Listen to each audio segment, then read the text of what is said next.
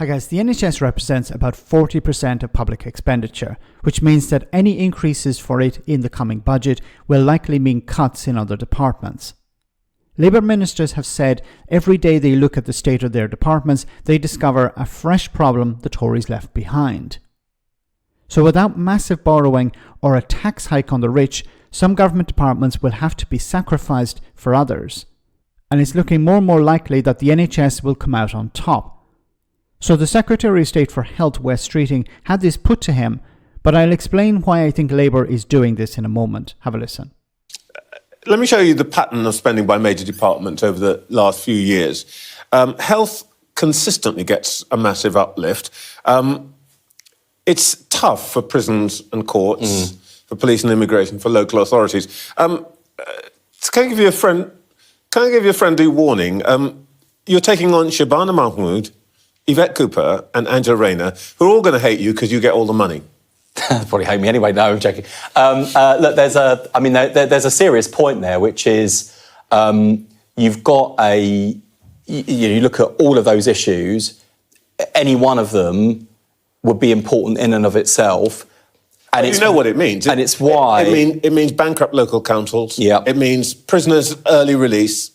And we've inherited all of those problems. And you've made some choices about what you do. Well, hang on a second. You can't keep saying you've inherited. Well, no, hang on a second, problems. Trevor.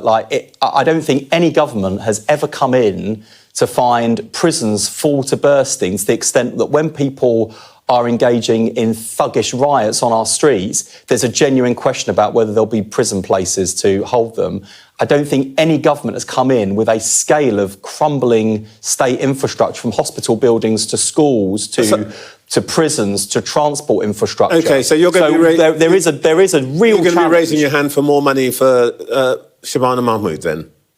Well, look, what we are doing as a team is trying to balance the risks, choices and trade-offs, and that's what this budget will be about, is fixing the foundation so we can go to a better future. And it's why, by the way, though, and this is why I bang the drum so hard for reform in opposition and now in government, because I know that unless we start to bend the curve of cost pressures and demand on the NHS, which is why you need health service reform and public health reform, we will continue to be in this situation where money that is going into the NHS because of that burgeoning demand comes at the expense of either money in people's pockets or other public services that desperately need investment.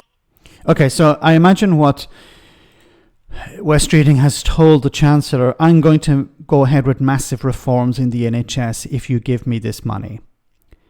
Now, there are other reasons. Now, I'm not sure what reform means. We'll have to wait and see. Some people are talking about privatisation. Some people are talking about actual real reforms that are necessary. But we'll have to wait and see. Now, why would the NHS be prioritised over other government departments? Because the NHS is a priority amongst voters. At the last election, the cost of living, NHS, those were the priorities. Now, it's also a priority to get the NHS working again, because it will mean that more people are able to get back into work, because there's so many people on the NHS waiting list. If you're able to get the NHS functional again, you're able to bring down the NHS waiting list. That means more people can get back into work, and then the government will have more money. So the NHS, it seems, in this budget will be the priority. Now, this, of course, will mean other government departments will have to face a cut.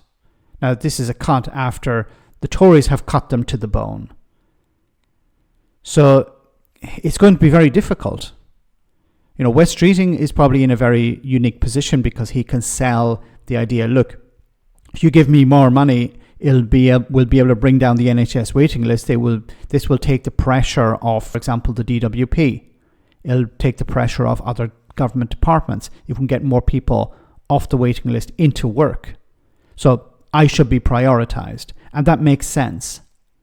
It's also a political priority, because if Labour are not able to fix the NHS, they're not able to invest properly and see real productivity, the voters are going to punish them at the next election.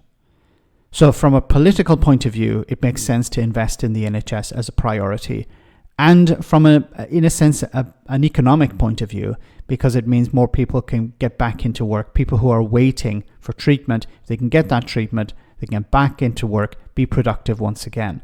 And that is good news for the government.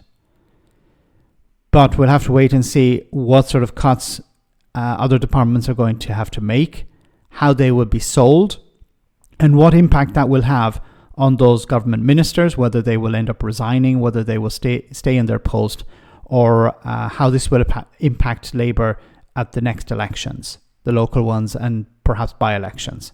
Let me know in the comment section, guys, what you think. As always, your comments are greatly appreciated. Thanks a lot.